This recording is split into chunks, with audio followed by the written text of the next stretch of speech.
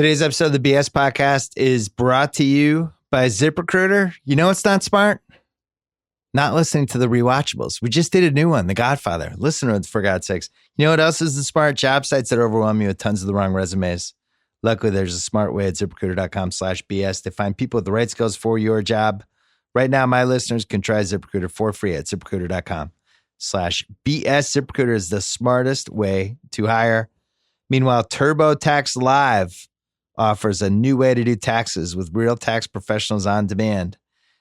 Kyle, you might have to worry about your taxes this year. I'm ready. After your 7 promotions. I've used TurboTax the last 4 years. I can't wait to see what it's got. Their tax experts can provide you with personalized suggestions and find all the deductions that apply to you that could stick with you throughout the process.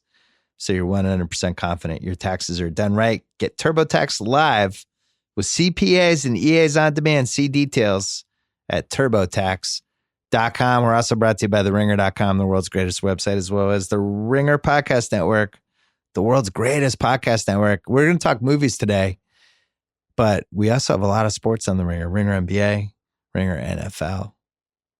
You can find us a whole bunch of ways. If you want to hear me talk about basketball this week, I'm going over on the Low Post with Zach Lowe tomorrow, and that's running on his podcast. Then he's going to come do mine a week from now. So get ready for that as well. Coming up, Sean Fennessey is going to break down the Oscars and where we're heading after a bizarre Golden Globes. And then we're going to have a long conversation with the director of Vice, Adam McKay, who might have done a couple movies you might have heard of, Step Brothers, Anchorman, a whole bunch of things. He's also the first guest who ever lay down on my couch like it was a therapy session. So that's all coming up. This is a good podcast. Here we go. Pearl Jam.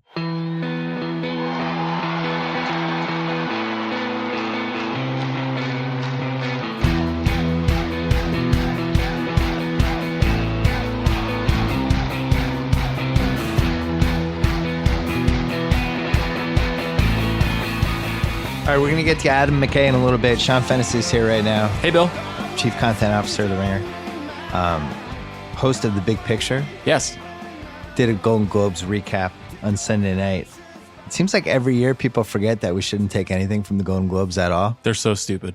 They're What's really, wrong with really them? stupid. I don't know. I get so worked up and excited about it, too, and every year I'm like, seriously? Bohemian Rhapsody? This is what we're doing? This was the Bohemian Rhapsody is the worst movie that's ever won the thing. But like I was talking to my wife about it, and my wife was like, you and your Ringer people, you guys are bullies. Bohemian Rhapsody is a good movie. Our whole family liked it. Why couldn't that win the Golden Globe? And I'm like, you're kind of right. Yeah. It was a very satisfying movie for like an incredible amount of people. Yes, it was a huge, huge hit. That's one reason why it won. It's definitely the worst, I would say the worst reviewed movie to have won in a long time, though. Yeah. I mean, even though it made people happy, I think somebody posted the Metacritic score. I think it was like 49, which is pretty rough. Yeah. I think people love Queen, and it's okay to love Queen. It's okay to want to hear Queen really loud in a room with a lot of people. People did that all throughout the 70s. They went to go see Queen perform. Those songs are incredible. That movie is just really boilerplate and kind of like elide some of the truth of Freddie Mercury's life. The facts are all wrong. There was a really good piece on the site by Stephen Hyden a couple of months ago when it first came out about how many things they did that weren't true to Queen's real life. Yeah. And so there's just a lot of problems with the movie. You know, that's the thing. Even though it made a lot of people happy. It was still very enjoyable to watch, and the performance is really good. Rami Malek's great, and he won. And he's an interesting wrinkle in the best actor category. He really is. Yeah. It's not unreasonable that he could win. I think Christian Bale's going to win for Vice. I know you just talked to Adam on this episode. He's coming up. We haven't technically talked to him yet. Okay, he's coming up. It's Bale, Cooper, and Rami Malek right now. That's the trio. I was thinking like, and I don't think this will happen because the Academy voters, although we never know what the breakdown is and all that stuff, but I was thinking there is a little of, it's like the underdog thing that nobody believes in this movie. Mm-hmm. Why can't this win?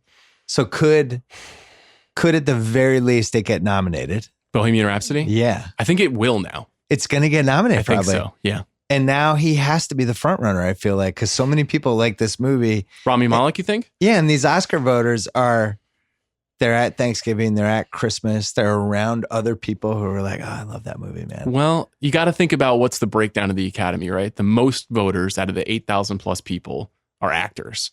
So Yeah. the actors really like Rami Malek. Do they like him more than Christian Bale? Probably not. But they really like him, so they'll nominate him. It was nominated for the PGAs, the Producers Guild, of which you remember. And so it's going to be in that race. And I don't know if he's a front runner or it's a front runner, but I think it's going to definitely be in the conversation for the next 2 months. You know who I'm voting for? Bradley Cooper.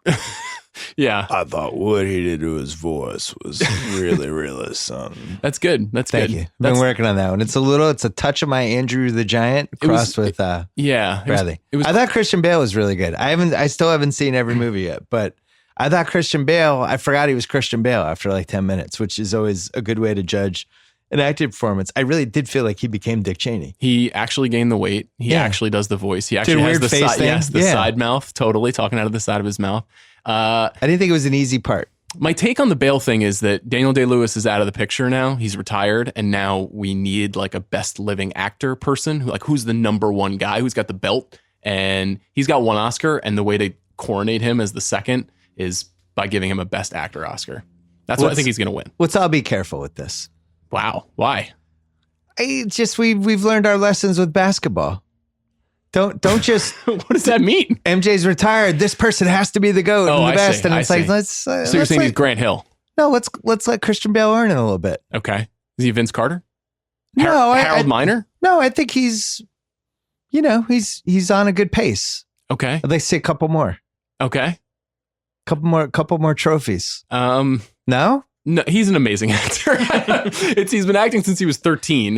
You're preaching to the choir. I think he's great, but it's just like Daniel Day-Lewis is gone. Now here's the belt. I'm not ready yet. I'm not ready emotionally. Where are you at on Newsies? Were you into that? Did you see that movie? That was Christian Bale's first movie, I think. I don't think I saw that one. It's a musical about kids I selling don't think newspapers. Daniel Day-Lewis is retiring, by the way. I don't believe that for a second. What's don't he going to either. do? What's he going to like work in a coffee shop? He strikes me as the kind of guy who would earnestly sit down and write poetry. Just for the next 20 years of his Yeah, life? why not? Opens his journal, looks at his thoughts. Maybe do some bare knuckle boxing? I love Daniel Day-Lewis. I think that I don't know, who actually is the best actor is a good question. I don't think we have one. I think we have a lot of really, really talented people right now. But to me, part of it has to be the respect from the other actors. I think before Phil Hoffman died, there was an understanding that he was right there in that conversation. Yeah. I don't know. There's the actor and then there's the movie star, and Bale is both. Bale can open a movie. Vice has done pretty well. He's obviously been Batman. Plus, in The Fighter, he does a transformation. In Vice, he does a transformation. Like he's great at that. If I can just be blunt, I feel a little burned from Russell Crowe in the early 2000s. Yeah, things have not shaken out well there. Great run, and just seemed poised to grab the belt and hold the belt for a long period of time, and then it just went sideways. Can I make an observation about Russell Crowe? Yeah. He also went through a transformation for a movie in 2018. It's called Boy Erased. It was a much smaller movie. He definitely gained about the same amount of weight that Christian Bale did. I don't think it was for the role. Yeah. He's fucking huge though in Boy Erased. He looks like he's 350 pounds. I mean, he is enormous, but I think it was sort of for the role, but also just sort of for Waffle House. Like it's hard to know why he got that big. Yeah. I'd love to read, obviously the Johnny Depp profile is the highest standard of just spending 4 straight days with a crazy person or however many. I'd love to find out exactly what happened with Russell Crowe. Because like if we were doing NBA trade value for actors, there was probably around Beautiful Mind, Gladiator, Proof of Life, The Insider. Like around 2003, he had this run, and we all looked at each other and were like, that's the guy.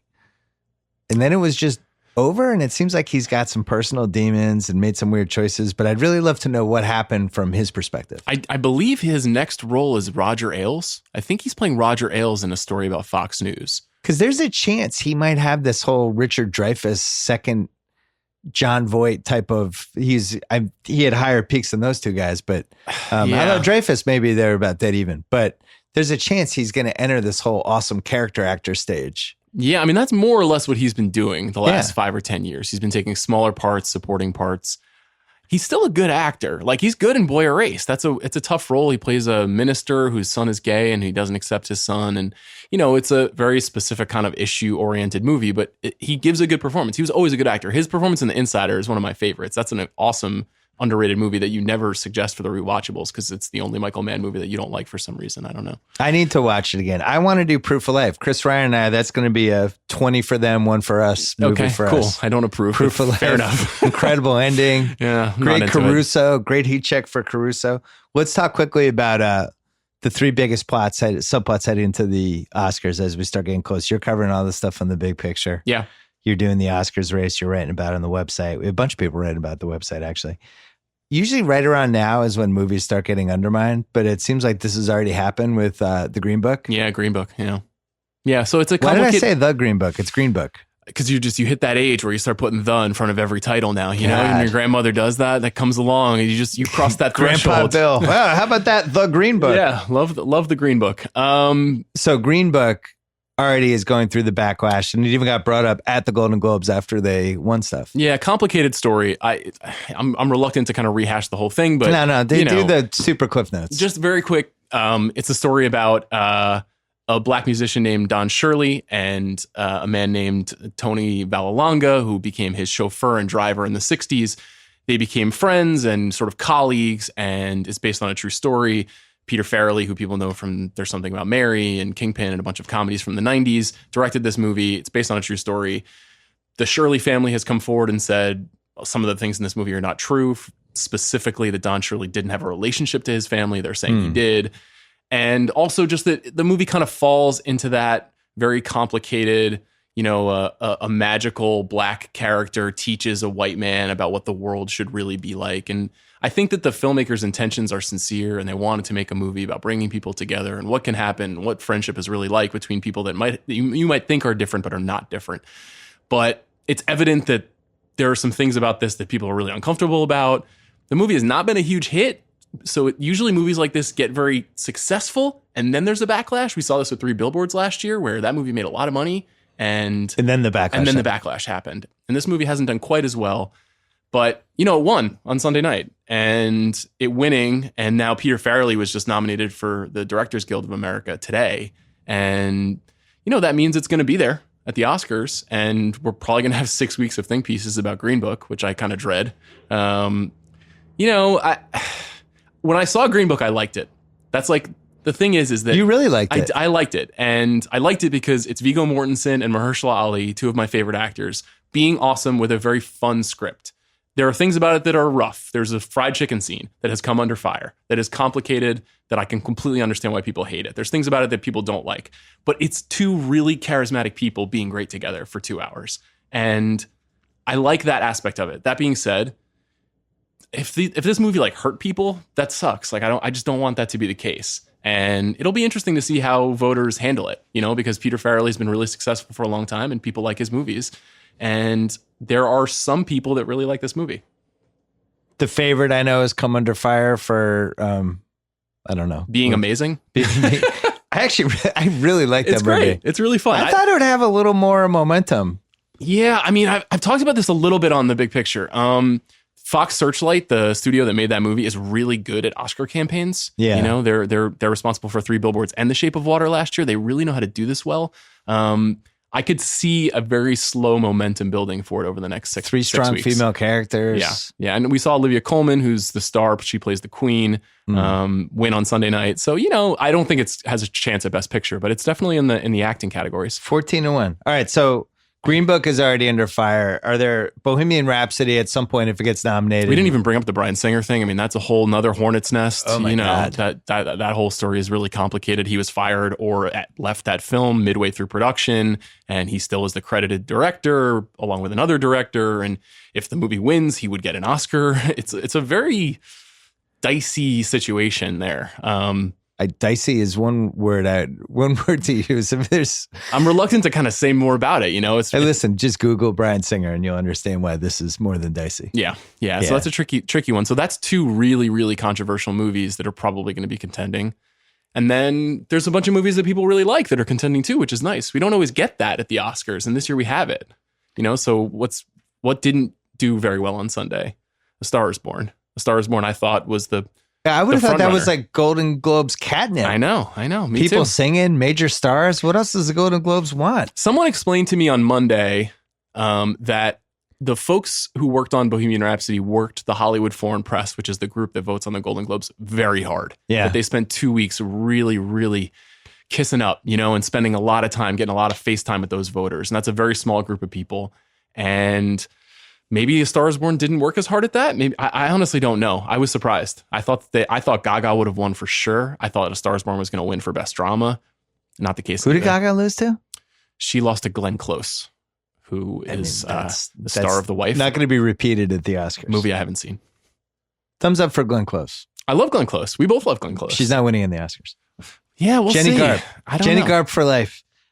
Give me 2 other subplots heading into the Oscars. I think the biggest thing right now is will A Star is Born kind of bounce back. People have noted that it's the only movie that has been acknowledged by every major craft guild. So the producers, the directors, the editors, the cinematographers, the SAG Awards, all of those groups are all in on A Star is Born. So I don't think A Star is Born is down at any point. But I think the third thing, the kind of third narrative, and I'm trying to figure out a smart way to write about this, is I can't remember the last time that Best Picture was so wide open. I feel like even from a gambling perspective, and we probably have to ask Sal about this, I thought for months and months it was going to be Roma versus A Star is Born, and I'll bet those lines kind of moved a little bit after Sunday. I bet that now that Green Book has a little bit more exposure, my guess is that more people see Green Book this week in theaters. Bohemian Rhapsody getting into the conversation. We haven't even really had a Black Panther conversation. It's plausible that happens. Oprah was out a week and a half ago kind of doing press on behalf of Black Panther to get it exposed. And in Roma, which is Netflix's huge bid to win an Oscar, it's just a wide open race. So there's only 5 or 6 weeks to go. I'm excited to talk about the voting, but it's also time for NBA All-Star voting. This year, it's actually easier than ever for fans to vote because you can vote just by searching on Google, search for your favorite player or team. You can vote right in the search bar. You can also search on Google to stay up to date with live scores and view upcoming game schedules. The All-Star Game, February 17th. Voting runs until January 21st. Fans can vote for 10 players a day. So go vote on Google. I'm going to vote on Google and vote on the ballot that they sent me. Beautiful. I'm double voting. Is that legal? Huh? Can you do that? Is that legal? I just made it legal. Okay. On the Oscars odds, so Sal and I have been betting on this for a few years and probably losing most of the years. I don't remember there never being a minus favorite. Every odd right now is plus. What are the numbers? Roma's the quote unquote favorite, but it's plus 140. So bet $100 you win 140. Okay. Stars Born is 2-1. Green Book's plus 450. I'm with you. I think all the hullabaloo about it has sunk it. Yep. Bohemian Rhapsody is 6-1. That's not winning, especially with Bryan Singer. Google him. The favorite 14-1. Black Panther 25-1. Black Klansman 25-1. If Beale Street Could Talk 25-1. Vice 25-1. And then it starts going up and up. I guess my first question would be, let me say over under 8 movies get nominated. You go under or over? Over. You go over. You think 9 or 10? I think we're going 10. So that means that really could split the vote in a way where Bohemian Rhapsody could get 18% of the vote and win. There's such a complicated system. We're actually working on a piece for the site and for YouTube right now about explaining how the voting specifically works. This is kind of an obsession of me and Amanda Dobbins, who co-hosts the Oscar show with me.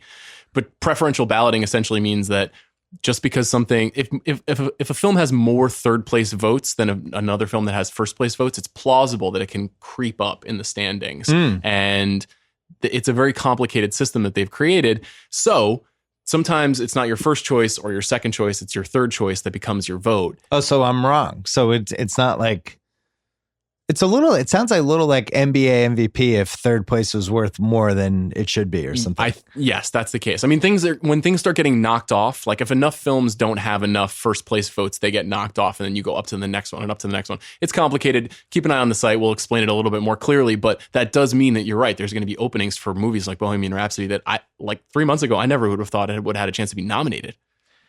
Stars Born 2-1 still seems like the one for me. And I say that knowing that Roma could absolutely be the Shape of Water of this year, where it's just like, it's the movie for people that make movies. Yeah, it is and it isn't though, because there's a lot of people who work in the movie business who aren't happy about what Netflix is doing. So you've got you think there's a little backlash at Netflix? No question, because they're not held to the same standards that most people that work in the movie business are, because they don't have to deal with box office for the most part. They don't really have to release their metrics, though we have heard recently how much Bird Box was viewed recently. Phenomenal movie. I think that should have been. I don't agree with that. But it's a tricky thing, because if you work for a traditional studio, you probably resent what Netflix gets to do, and wish you could do it in some ways. I think there's a lot of desire to not have to deal with like, oh well, your movie bombed at the box office, so you're a failure. Like that's the narrative we pitch every Monday about a movie that doesn't do well, and they just never have to deal with that. Who knows how many people have seen Roma? Probably more than if they had put it out in theaters with a studio. Yeah, but I'm not sure. Cuarón is considered a master. He's already won this award once before. People really want to reward him. Roma is beautiful and incredible. I don't think you've seen it yet. Have you seen it? I might have seen it. Okay, you might have seen it. It's a 2.5 hour black and white foreign film. It's a tough sell for some people. Tough to watch while they're also doing emails. I'll tell you that much. Yeah, well, that's the anxiety about it too, right? It's like people use Netflix as like background noise, Bird Box, yes. It's great. Or as a second screen thing. Pop your head up when you hear the weird sound. You can't do second screen with Roma. You have to look at it. Not just because you have to read the dialogue, but you have to see it. You have to see what he composed. And it's a beautiful movie. I don't think everyone's going to love it. I think there's a lot of people who are just going to respond more emotionally to the traditional A Star Is Born thing. I like A Star Is Born at 2-1. And I actually think it's crazy that it's not a prohibitive favorite. And I like the fact that the Globes threw people off the scent, when we all know the Globes is insane and we should never take stock in the Globes ever. I wouldn't make a crazy bet on Bohemian Rhapsody or Green Book right now. I don't think that that's the way to go. Yeah, there is some smart money probably in spreading a little money around on Black Panther and Black Klansman. Depending on how things go and the way those campaigns roll out in the next 5 or 6 weeks. One, there's a Spike Lee thing that's just like, Spike's never won. He's never won Best Director. That movie wasn't good. I like that movie. That movie wasn't good enough to win Best Picture. Yeah, but that's, as you know, when we talk about on the rewatchables all the time, it doesn't matter if it's like the right movie. He didn't win for Do the Right Thing or Malcolm X. Those were the ones he was supposed to win for. Yeah. Martin Scorsese didn't win for Goodfellas. He won for The Departed. Like, this isn't how the Oscars work. But Black Klansman was not The Departed. No, it's good though. It's good. And honestly, it was a hit, and it was Spike's first hit in a while. Yeah. And it's a movie that says something about the moment, and people want that. I actually thought Black Panther would have more of an awards moment. I think as we got closer and closer, just because it was such a significant movie and everybody really liked it. Two things working against it. One, it was released in February of 2018, so that's a long time ago. Two, it's a comic book movie that's still being held against it. There's no doubt that's being held against it. Yeah, that makes sense. I like The Star Is Born at 2-1. I think that's my probably the way to go. recommendation right now. For 6 weeks, I've been saying I think A Star Is Born will win. I still think it will win. And the Rami Malek winning Best Actor, I think, is in play. Mm-hmm. But to me, it's like I would just bet Gaga, Cooper, Star Is Born. I did that before Sunday, man, and I got egg on my face. But that's the Globes. You can't bet on the Globes. I know. And then Best Director, I don't know. That was the one where I thought Cooper would win, and he had a chance to do the double-double. But now I just think that category is too loaded. It's really hard to say, because what you're likely going to have, my guess in that category will be Spike, Cooper, McKay, Farrelly, and Cuarón. It's pretty loaded. No women again. You've got Cuarón, who's already won, who's amazing. Cooper, who made a great movie that everybody likes. Spike, who's never been awarded. McKay, this is his second consecutive nomination. And Farrelly, who, like we said at the top, like a lot of people like that movie, especially a lot of older voters, I think, will like that movie. Tough category. Tough one to pick. And you think Vice is probably too polarizing? I do. As McKay's going to explain as when we talk to him in a second. Yeah, I mean, I really liked it. I've talked about it. I talked to Adam about it too. I know why people didn't like it, and I understand why. I think that there's still strong sentiment for him in the industry. Like he's actually made, I don't know, 6 or 7 films now, and they're all good for different reasons.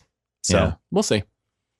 Speaking of good for different reasons, the rewatchables with The Godfather. Yes. We finally did it this week. I don't know how you subscribe to this podcast and not the rewatchables, since I'm almost always on the rewatchables. That's true. The Godfather, it was almost like a game 7 of an NBA Finals. I ate differently. I slept differently the night before. I was really a little like Larry Bird in Game 6, 86 Finals. It was my first double rewatch before a podcast. Yeah, you. I thought you told me that to intimidate me. I did double rewatch, and I read a book. I read an entire book to prepare for the podcast. So that's how committed I was. But you know, when something is as good as The Godfather, you got to go all the way. I really felt like I brought my A game. 2 hours, 7 minutes. We did it. I think really the funny. over-under was 2 hours, 13 minutes. So we're actually under. I think if we wanted to filibuster you being weird about Frank Sinatra for another 10 minutes, we could have done that. History will show that not only was I not weird, I was in the right. Johnny Fontaine should not have been Frank Sinatra. Okay. Whatever you say. He was like Frank Sinatra's uncle who wasn't as successful. We still are not hearing each other about the point. You were mad that we thought Frank Sinatra wasn't cool, which is not something we ever said. No, you kind of insinuated it.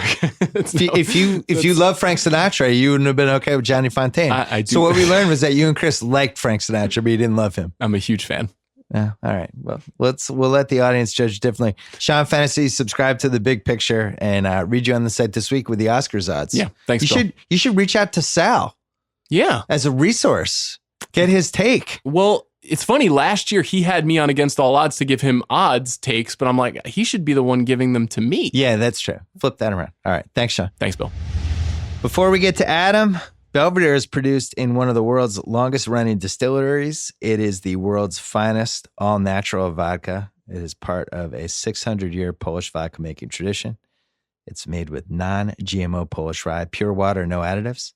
It is recognized for quality, including my house. Belvedere was named the ISC World Vodka Producer of the Year in 15, 16, and 17.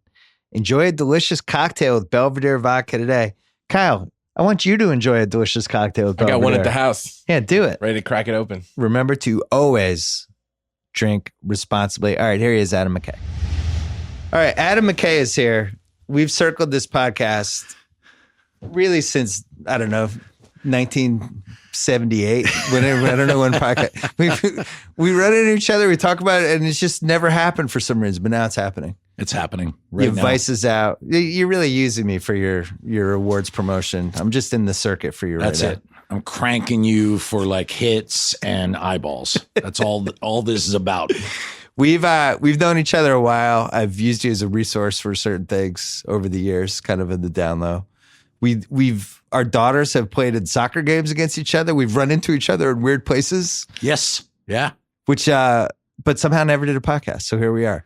I love it. You came in, you were looking at the posters, and we were talking 70s sports movies. Oh, so the good. epic run of Fast Break and Fish That Saved Pittsburgh and One on One and Inside Moves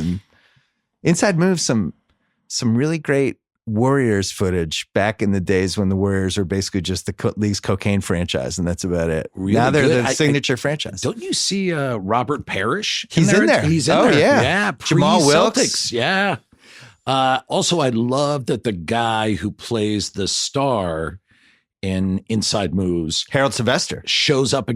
I'm impressed. Shows up in Vision Quest as the teacher who is like hanging out with Matthew Modine, being like, while he's playing hoops. Kind of gets in with Carla a little bit. He does. It's a little awkward. So that guy, he's in that. He's in Fast Break. He plays DC Dacey in Fast Break. Really? Oh, yeah. And he's attracted to Swish, who is a woman pretending to be a man. And it's one of the many reasons Fast Break is the most politically incorrect sports movie of all time. It is just a PC apocalypse. And then he's also an officer and a gentleman. He had a nice little run. That's right. Yeah. What's he doing now? He's got to be around. I don't know. I mean, he was like a 6'7" black guy. I don't know if there's a lot of roles for him in 1982. Keith David messed him up. Like when he came along. Market correction. Yeah, yeah. We always talk about that on the Ringer podcast when there's market corrections for an actor versus an actor, like Tommy Lee Jones and Scott Glenn. Tommy Lee Jones is like, I'm just taking this. You're going to be over here. Oh, but Scott Glenn in Urban Cowboy. Scott Glenn is great. He was neck and neck with Tommy Lee for like 4 years there. And then. Have you done Urban Cowboy? Is it rewatchable?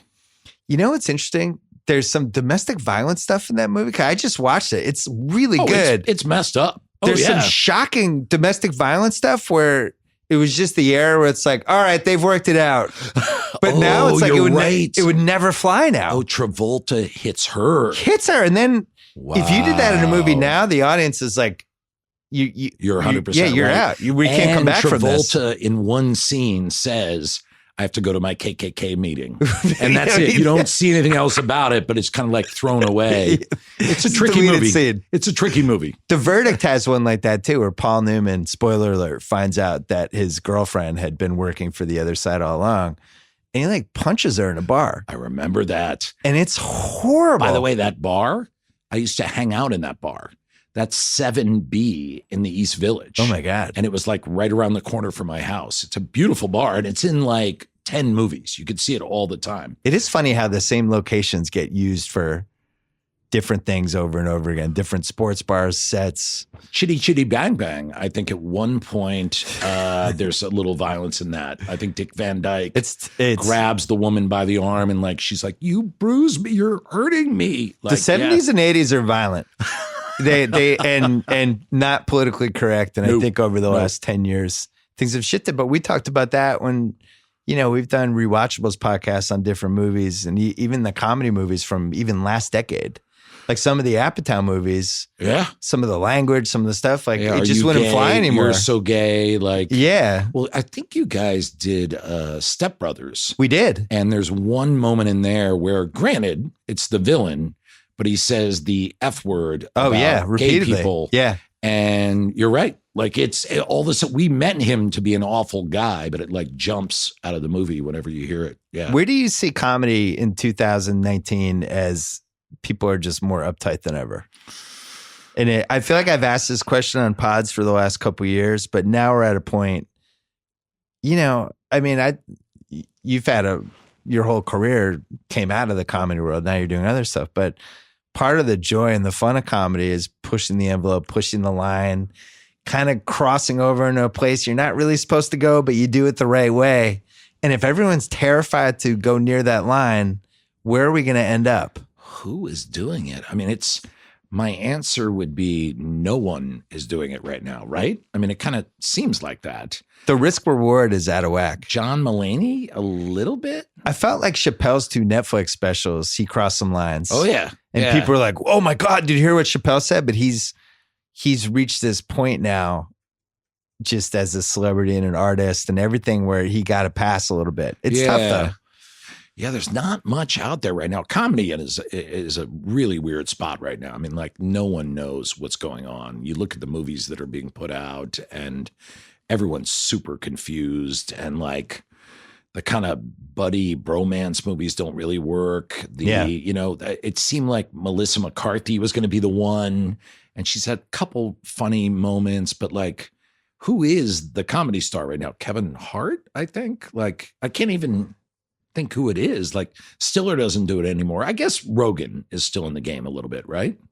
Yeah. I wonder, to me, it's always cyclical, and last decade was just so strong. Oh, it was amazing. Between all the stuff you were doing, all the Apatow stuff, and it just was like kind of that whole frat pack thing. It's funny because we're doing The Hangover on the Rewatchable, so I was researching it. Okay. And that was, I think, 2003. And Todd Phillips, the 2 movies he had done were Road Trip, and he had done that documentary about frat house, about college kids, which was really good. Which, the story about that, right? That they had their Sundance Award taken away from them. Yeah. Because they faked several scenes in it. Yeah. He did it with a guy named Andrew Gerland, who we've worked with before. Oh, wow. In fact, the most underrated movie we ever did at Sanchez is a movie called The Virginity Hit. And it's actually didn't see that one. It's actually really good. They marketed it as like a losing your virginity kind of movie. It was like one of those movies where it's like, oh, I got to lose my virginity. But it's way more like nuanced and interesting than that. It's really cool. No one saw it. But wow. Anyway, that's Todd Phillips' old partner, and Frat House is incredible. I love that movie. So when Hangover started, it feels like that was like the demarcation point, because after that, there's just this run for the next, I have a theory. 8-9 years. I have a theory on that. What is it? My theory is The Avid, that it was all about The Avid. What does that mean? That before that, you had to like hand cut your movies. Like people forget, like in the mid 90s, everyone they used the what's it called? The cam, where you like, oh yeah. And so every cut you did, you had to be like, okay, everyone in the room would have to get together and go, we're doing this cut. Are we sure? yes, let's do it. And then they would have to do the cut, and they would have to like bind it, and they would have to put the cut in like an envelope on a wall. So every single cut was so laborious. But then when the Avid came along, it was like, boom, boom, you can do it all. You can do 20 times the amount of work in one day. And with comedy, as you know, it's all about timing. So the second people started like playing movies in front of crowds and they had the Avid, you're like, oh, just shift this, move this. And all of a sudden the comedy started like rolling. Like they just got more. That's really assaulted. interesting. Yeah. Well, so the stuff and all the people that I've worked with, you talked about it. You loved keeping the cameras rolling, ad lib, forget about the thing we wrote, just do your own take. And so you couldn't have really done that as well in the 90s. Well, I mean, you could keep rolling, you could roll out, but the trick would just be hard to edit. Exactly. You'd have all these like loose ends that you would have to go through and be like physically, you'd have to say like, hand me that chunk of film over there. Let's look at it. So your editor would basically have to have a major cocaine problem just to have gotten through that in the mid-90s. Which I think all the which they do editors anyway, of the so 70s. Yeah. I heard a story. We had an assistant editor on a couple of our movies, Melissa Bretherton, and she worked on Heaven's Gate. Is that what it was called? The famous flop. Yeah. Yeah. And there's a book about it. Michael Cimino. Yeah. And they were really struggling, obviously. And Cimino walked in one day and he said, take one frame out of every shot in the movie. And they were like, excuse me? Take one frame out of every shot. So they had to go through the entire movie and cut one frame. And in the end, it cut 45 seconds out of them. It made no difference at all. So they had little envelopes everywhere with like the one frame in it all over the office. But yeah, that's my theory is the Avid is kind of what. That's a really good theory. Yeah. I think it's a lot like the NBA with comedy where sometimes it's just cyclical. Like right now in the NBA, we just have a lot of talent. For whatever reason, there's a lot of great guys right now. And that makes the league better and it makes it more fun. Yeah. And comedy sometimes is like that too, where you just have these classes that show up and not just the people in front of the camera, but the people behind the camera too. And when you have that blend of that, you can just roll off this 8-year run. Well, I also think there was a thing where it was like the last moment of that kind of, bro guy comedy. Like, it was the last breath of it. And what was great about it was self-aware. Yeah. That we knew what we were doing. We knew that it was ridiculous. So you had the mix of like the Avid, you had the mix of like movies blowing up because now you had DVDs and like the money was rolling. Yeah. And then I think you're right. I think like culturally that was a last moment. I mean, watch Animal House now. I don't think you can. Like, I mean, you watch Animal House now, It's got like 5 or 6 really, really tough moments. It's dicey. I mean, it's and for a while that was the #1 comedy of all time. I mean, that was like huge. So not only was it the #1 comedy of all time, but that and Caddyshack were probably the 2 most quoted movies just in conversations. I remember just throwing Caddyshack quotes left and right columns. I would throw in there. Stripes was another one, yeah. That was a weird era though, because like nudity was a character in comedies too. Yep. And it would always be like, get some laughs and you get a couple nude scenes in. And that's like my night out in 1981, Well, Stripes has like nudity for no reason at all. They're just throwing it in. Caddyshack too. Well, that was back too when you could have a movie that was like PG with nudity. Do you Yeah. remember that? Oh yeah. Airplane. Airplane had the cabin's going nuts and this girl just jumps in front of the camera and naked is jumping up and down. No reason. Lack of Avid makes Airplane even more amazing if you really look at it. Like, how do you make that movie without an Avid? It's weird that culturally that one didn't last, but some of the other ones did. Like, I feel like Caddyshack has really lasted.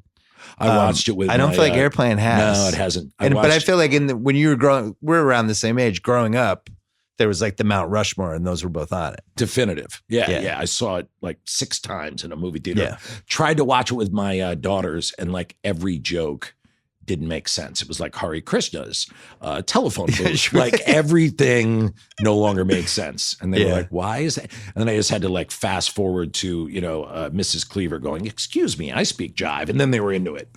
And then the Kareem Abdul-Jabbar stuff held up pretty well. Well, and also the pilot, Peter Graves. Oh. Billy?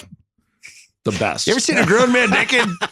Now that guy would probably get in trouble now. It's like, oh, they're child molestation. This is a serious issue. But back then, that was hilarious. You like gladiator movies, Billy? Yeah. Like when Scraps rubs up and down your leg. I love that stuff. Yeah, that was a different era. And I think comedy represents whatever is going on in the era. And I'll be really interested to see where it goes this era. Because going forward, especially with the political situation we have and all that stuff, like, I'm just really curious. What are people going to tackle? Who are the stars going to be? What are the stars going to want to tackle? Are they going to go after the politics at all and all that stuff? I have no idea. I mean, the funniest thing I've seen in the last year wasn't written comedy. It was Donald Trump in that forest with Gavin Newsom and Jerry Brown explaining how you won't have forest fires if you sweep the forest. It's the single craziest thing I've ever seen in my entire life. Like, if that happened in being there, you'd be like, guys, we got to get that out. Yeah, tone that back. Yeah. Nobody's going to believe this. And that actually happened. Yeah. Like, so I don't know, man. I don't know what comedy does. Well, it's been tough for SNL, right? Because, and I don't know where you're standing on all the Trump stuff, but I feel like I'm just kind of bored of it. It's like, all right, we get it. Alec Baldwin's Trump. Yeah. This is something that started when you were there, where they would have kind of the political thing would open the show, which they used to do the first 25 years of the show every once in a while. But sometimes they would open the show with like weird stuff or cast member stuff. Or the Wolverines. Bit. Yeah, or just something weird, like whatever. But now it's like politics every time. And to start out with Trump, and it's like, how do you parody something that feels already like a parody? I have no idea. It's a tough one. Yeah. Yeah, when I was there, occasionally I would try and write openings that were like a little bit serious. Yeah. Like I wrote one, it was like for the season opener after the Lewinsky scandal. Yeah. And the entire scene was silent. And it was Hillary Clinton walking in the bedroom, Bill's watching TV, and he's like, hey, and that was the only word in the whole scene. She ignores him, sits in the bed. They start flipping through channels. Every third channel is Lewinsky. Yeah. They flip. She turns it off, takes like a big, heavy breath, turns over, turns off the light. Long beat. Bill turns off his light. Long beat. Big, heavy breath. Live from New York on Saturday night. And boy, did it not work. Oh, I was going to say, I don't remember that. Did they not run it? Never Oh, aired. wow. Yeah. I convinced Lauren. I was like, this will be amazing. It was like, nope. Yeah. Cut immediately. That stuff, what was your first year there? I was 95 through, I think, 01. Because you go back now. I mean, that was such a great run for the show and all new cast, basically, and just some Hall of Famers in there and all that stuff. But it was also a really fun time for comedy where you look at some of the stuff like those Smigel cartoons now. Oh, None of that stuff would run now. No way. No way. Yeah. And especially like going after partners and going after the network and some of the stuff shitty. And I was like, even in the moment, I was like, oh my God, I can't believe they're running that. I did a interview about an hour ago with a journalist talking about You with somebody else?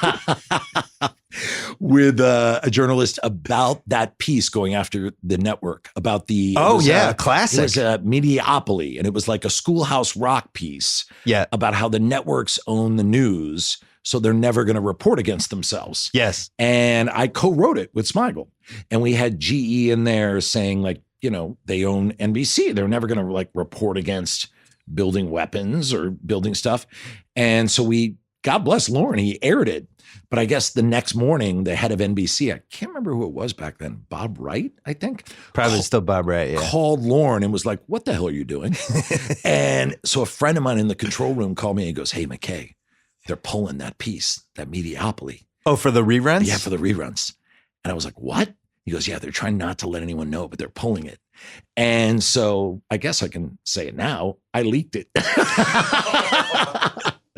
That's amazing. I called David Korn, who was a journalist, still a journalist, big journalist, a local TV guy, like 3 people, and they put articles about it.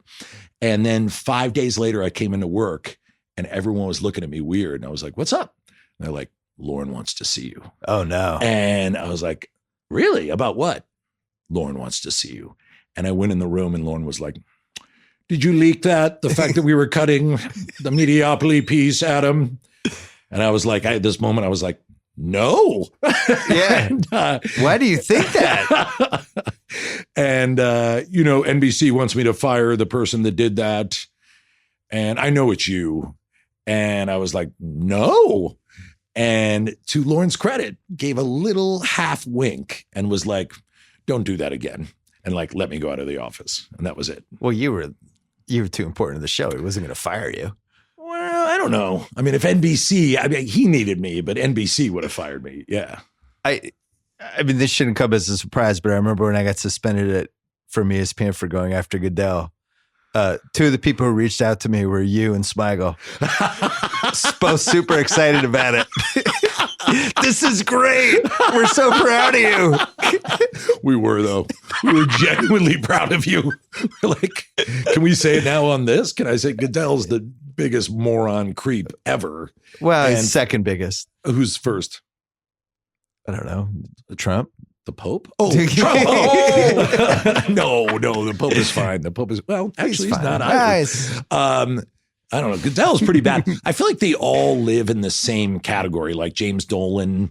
Who's the guy who owns the Washington football team? Snyder. Yeah. Like they're all in that same Jerry category. Richardson, the Carolina owner. He's the best. Another good one. Oh, that statue. I want to buy that statue, by the way, of him outside the Panthers. They didn't take it down yet, right? No, he actually put it in the agreement when he sold the team. You can't remove this. That is It's true. amazing that people haven't fucked with it, though. You'd think at 3 a.m. You have a weird statue out in front of your place. I mean, it's not as bad as the Richardson Which statue? one, but the statue of you. Shut up. People don't believe that. Statue of you holding up, like, what would you hold up? A microphone and a I don't know. Probably, Celtics jersey? Probably me and a typewriter just looking sad that my column's not done yet. Those are crazy times. The late 90s. Whew. And you guys were loaded on the show behind the scenes and on camera. And we had and then fun. everything led to that 2000.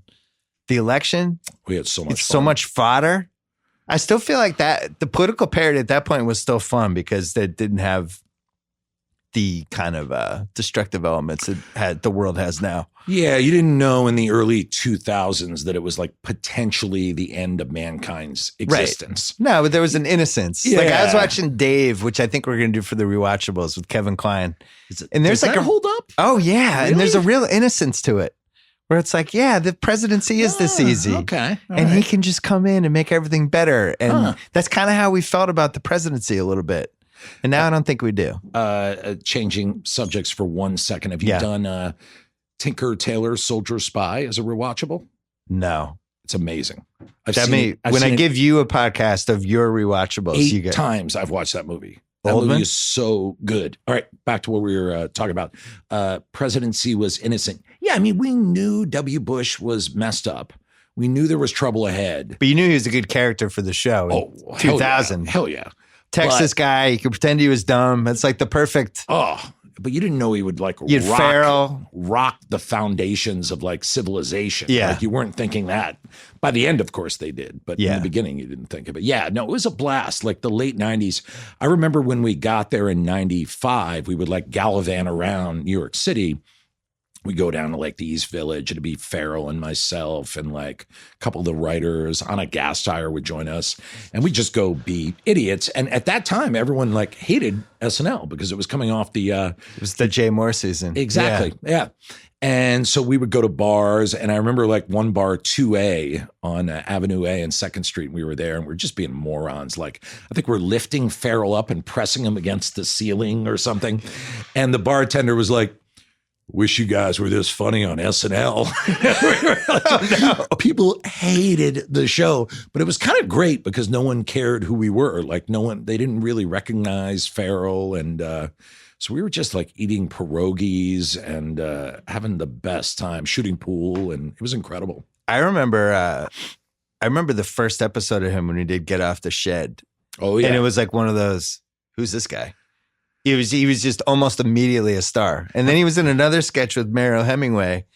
When he was on, I talked to him about this. He had the The one where he's the weird husband who needs excuses to get off the phone. Yeah, yes. Yeah. And it was just so clear he was a star, but then it took America, like it seemed like half the year to catch up with it. Did I tell you the story when he got hired? We all thought he was like the straight man. We thought like, because we were all hanging out, we're all doing bits. We're Chicago guys. So we're like improv. It was like Dave Koechner, Nancy Walls, Tim Meadow. All of us are just doing bits constantly. Yeah. And Ferrell's really quiet and kind of normal. So in our head, we're like, oh, he must be like the Brad Hall of this cast. Right. Like, so we just didn't pay him any mind. Yeah. And we're like, so we go to the read through, the very first read through. And of course, our sketches like bomb. And then Ferrell just rips it. Like 9 sketches, the room is rocking. And we're like, oh, he's not by the way, God bless Brad Hall, but he's not the Brad Hall of this cast. Yeah, yeah. And then from that moment on, it was like, follow Ferrell. It was incredible. We did, when we were at Grantland, we did like a Saturday Night Live. I forget, maybe it was for the 40th. Was it the 40th? It just was, right? This, actually. We did a bracket of the character. We did a whole bunch of stuff. And I always thought him and Eddie were the two best, just because I actually thought Eddie was kind of overqualified to be on the show. Like he was the only person who's ever been on who was like too famous almost to be on it. And then Ferrell, his ability to do anything. And then Phil Hartman was my other one. Like just, and then I think this decade, I think Kate McKinnon and Kristen Wiig are close, but those three, they could just Aykroyd literally do anything. I would throw Aykroyd in there. Like you forget how good he was. Drew Goddard, do you know him? Yeah. Cabin in the Woods. He does a game where you do an SNL draft. And you each have to draft. You have to have him on, by the way. He's an amazing guy. Yeah. And first pick, he says every draft is either Ferrell, Eddie Murphy. Like has to those be. two. Yeah. Yeah. I was pretty high on Mike Myers. I thought Mike Myers was underrated on that show. Well, he's now historically the underrated cast member. Yeah. Those first couple years. Oh, my God. I was in college for those, and it was just so far out there. The the first Sprockets, it was like, what is this? Blew my mind. What is happening? Or the kid in the bathtub. Yeah. My name is Simon or whatever. Like everything he did, you were into. You were like, what's he up to? And also the music was incredible back then. Like, do you remember like Public Enemy being on there with Flavor Flav with the witch hat and like Can't Trust It? And like, I just remember that. I think that's the best cast. I think that like early 90s SNL is I agree with you. Yeah. Yeah. Because there was a window where I think Myers had joined, but Carvey hadn't left yet, but Hartman was still on and Jane Hooks was there. And then there's one season where it's just loaded. And Carvey Farley's was there. a monster Carvey's on that a monster. show. He hosted when I was there, and I have never seen anyone rip a room like that guy. Like he rocked the studio. Like I think he had health issues when he left. He did. Yeah, I think that's what stopped him from being, because that guy was incredible. Yeah. He's amazing. Yeah. I think he's on, if Lauren would never do this, but if he gave a short list, I think he would probably make it out of the cast members. Did you always want to be on SNL, or did you stumble into it? Yeah, I always wanted to be on it. I mean, it was a show I grew up watching, and the Chicago lineage is pretty 100%. Deep too. Well, I mean, really what happened to me was we were doing the Upright Citizens Brigade. So we were doing shows in like coffee houses and weird theaters, and it was going great. Like we definitely had a following, but we made no money, and I was broke. And they had auditions at Second City. So I had to tell like UCB, I was like, guys, I have no money. Like I got to do this. And that was the only place in town that paid. So I got in there, and that's kind of what changed everything. And those guys just kept doing UCB. And the cool thing was, by the time I got to SNL, like a year later, UCB moved there. So I was able to do improv with them. But yeah, that was it. I mean, that was always the thing. I mean, that was the first time in my life, like my parents stopped bothering me. Like what's happening? What's going to happen with you? Yeah. Yeah. That's funny. Yeah. I remember there's a few that you were on. You were the guy in the crowd. You had like kind of a stealth character. I did it a couple times. I'm trying to remember. It was more than a couple. Wasn't it like 4 or 5 times? Tobey Maguire. There were a couple. I can't You were remember. like the annoying guy in the audience. Yeah, basically that was it. Yeah. And a couple times in sketches. I was in a couple of my short films. I did like an update piece one time. Like I did a little bit of performance. But by that time, I was loving it. I was loving being a writer. The behind I the started scenes directing, making short films. Like that was clearly where I was going. When did you click with Ferrell? Was there a tipping point moment? Because you kind of became his guy.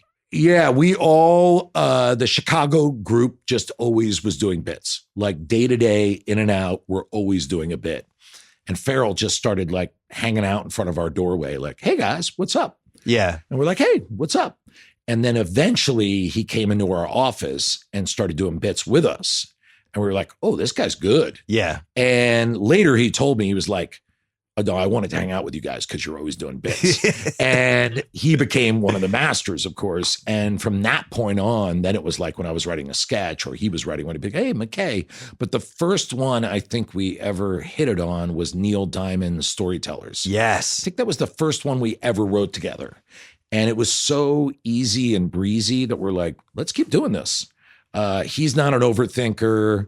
I'm not an you want to correct it and make it work, but neither one of us are kind of hand wringers when it comes to stuff. So it was just really natural and comfortable. Did you become head writer there? You did, right? I did my second year. I remember being in shock when they called me in. Like I was a staff writer for 1 year and they're like, hey, Adam, we'd like you to be head writer. And I think my first response was no. Jesus. I was having so much fun just being a staff writer. And then a friend of mine was like, no, you got to say yes. If you don't say yes, you'll never get Pay this upgrade. again. A little pay upgrade. A lot more hassle. Better office? Yep. Better office. Got a bigger office, but a lot more hassle. Run some meetings? Run some Deal with some meetings. egos? All stuff you have to do when you make movies years later. 3 secretaries. A helicopter. Yeah. I'm allowed to carry a gun in airports. That's great. Yeah. That sounds awesome. It was good. It was good times. When did you know you wanted to start making movies? It was after 4 years. I was head writer and kind of had some ups and downs and was like always kind of arguing with Lauren. I knew there was a problem when one time I said, hey, I want to talk to Lauren. I went in the room and there was another producer there. And I was like, I just want to talk to Lauren. No, it's all right. He could stay. And we talked and talked. And then I left and I said to the producer, like, why were you there? And he's like, Lauren's afraid you're going to yell at him. Oh, man. By the way, I wasn't yelling. It was just being effusive. Like, we got to do this. Why don't we do this? And so I was getting kind of like itchy and like ready to move on. What would you battle with him about? Just out of curiosity.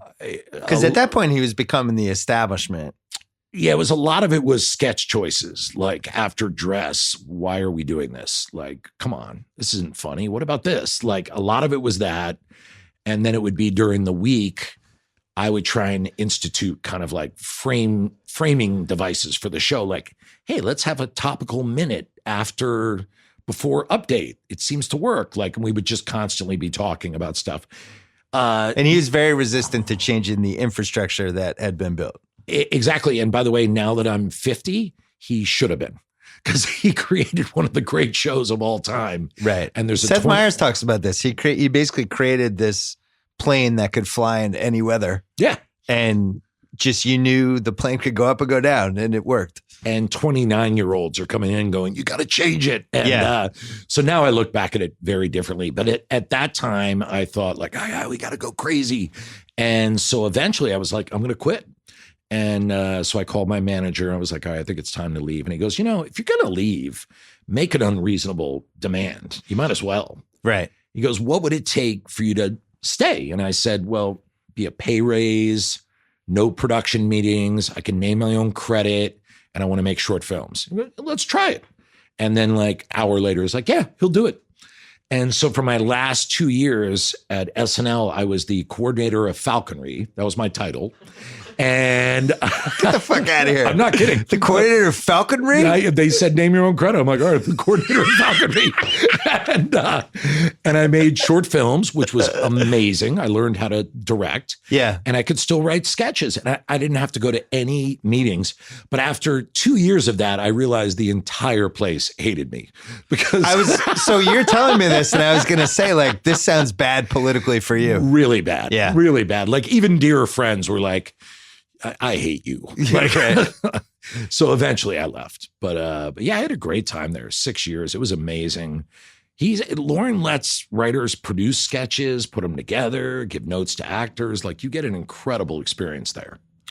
It seems like part of the secret to his success is he realizes, and I don't know what year he realized this, but it was probably somewhere in the late 90s, early 2000s, that he just got old and that he has to trust these really smart people to kind of tell him what's funny and what's current and what's new. I think there's some of that. Yeah. Because I find I'm in that situation a little bit with like what we've had at the Grayling and the Ringer. Like, I'm fucking old. Like, we have a lot of young people that work for us, and the stuff they care about, I wouldn't care about. And if it was a site that was all the stuff that a 49-year-old person cared about, it probably wouldn't be a good site, you know? So you need that influx. And I think I don't know what year it was where he embraced that. He was pretty good with that. Like, when we came out here to Los Angeles, our favorite executives were the ones who would say, I don't know comedy. I'll tell you story, but you guys do the comedy. And like Amy Pascal at Sony was like that. She's like, I don't know comedy, guys, but I'll tell you stories. Yeah. You know, I'll talk to you about that. But I know you guys are good, and I'll run interference for you. Amazing run there. But whenever it's the executive who's like, I do know funny, dangerous. Be careful.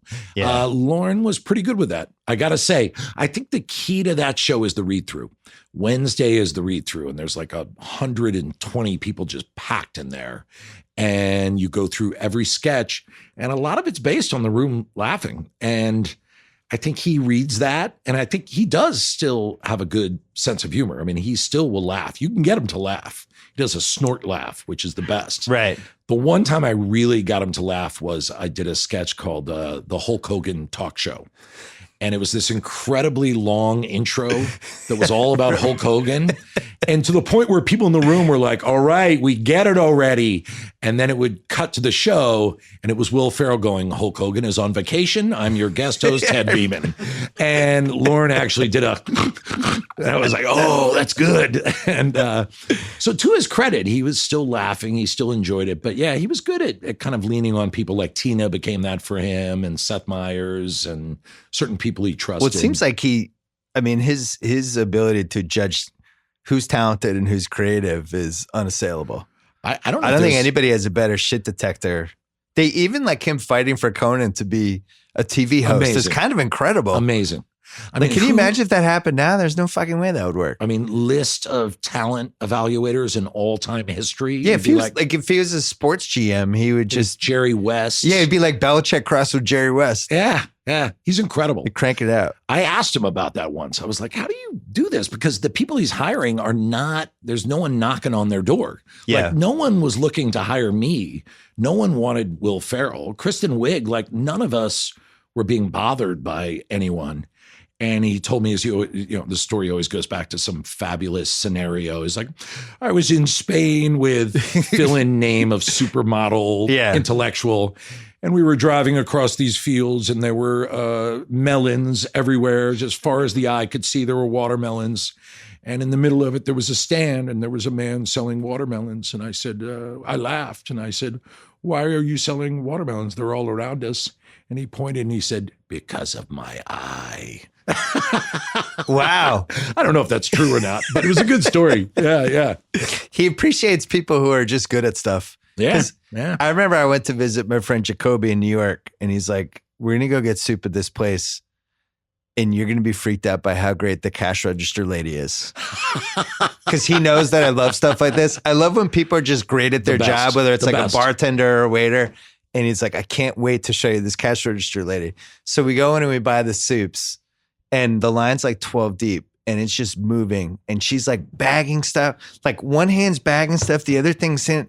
And I was like, this is the most incredible thing I've ever seen. I almost wanted to videotape it. And I was like, should I tape this? She's like, no, she'll get freaked out. Like, he'd already thought of that.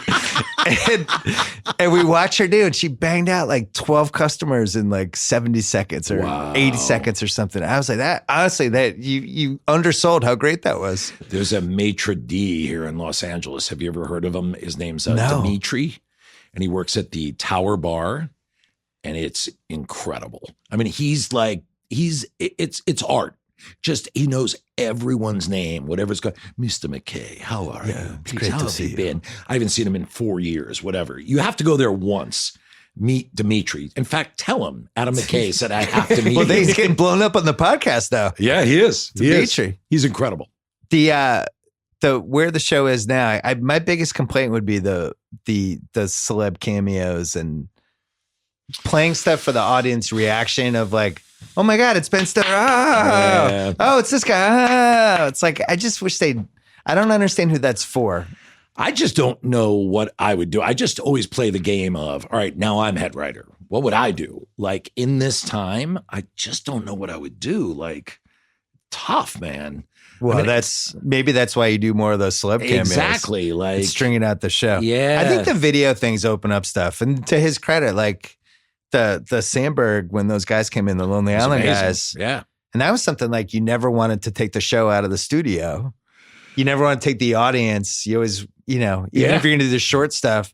But now this was like becoming one of the focal points of the show, stuff that wasn't even I feel like now it's at like the taping. half, It right? really does feel like it's half. And it does work really well. Hey, if you're listening to this podcast, you've already figured out smart ways to spend your time. Here's another one. The New York Times Crossword app. The Crossword app is a fun, clever way to stay sharp. Every day, a new puzzle, a new opportunity to challenge yourself and play. And now with the mini crossword, you can squeeze in a game in just a couple minutes. Each mini puzzle is stimulating, quick, and most important, fun. Play by yourself or challenge your friends. Then post your best times to share the satisfaction that comes from solving. Whenever you have some downtime, discover wordplay every day. It is time well spent. Check it out, the New York Times Crossword. Since we're here, I want to give a quick plug to the rewatchables, which I mentioned a couple times. We did The Godfather this week. We have Old School coming up. That is running next week. And we're going to be doing it every week throughout 2019. But The Godfather was really the godfather of Rewatchables podcast. No pun intended. So check that out as well. All right, back to Adam. What was your first movie that you, I can't remember. First one I ever did at SNL was the first after. Anchorman. So that was the first one. Oh, yeah. Yeah. You'd never done a movie before that. No, I'd done short films, but not like a major where you were in charge of everything. Yeah. Did you barely make it, or did it go swimmingly, or what happened? We had a blast. We laughed. Seems like it was great. Morons the entire time. The only thing that was kind of the speed bump was the first test screening. We showed it to like everyone. Like Katzenberg was there, all of DreamWorks, everything. It was packed house, Westwood. The movie plays, huge laughs. After the screening, everyone's coming up like Katzenberg. I don't think Spielberg was there yet, but they were all there shaking my hand going, oh my God, you have made one of the funniest movies. And they came out with the scores. You know the scores, 0 to 100. And what you always at least want to get is like a 65 or a 70. Like that's kind of respectable. Anything higher is great. And the woman reads the scores. She's like, yeah, you got a 50.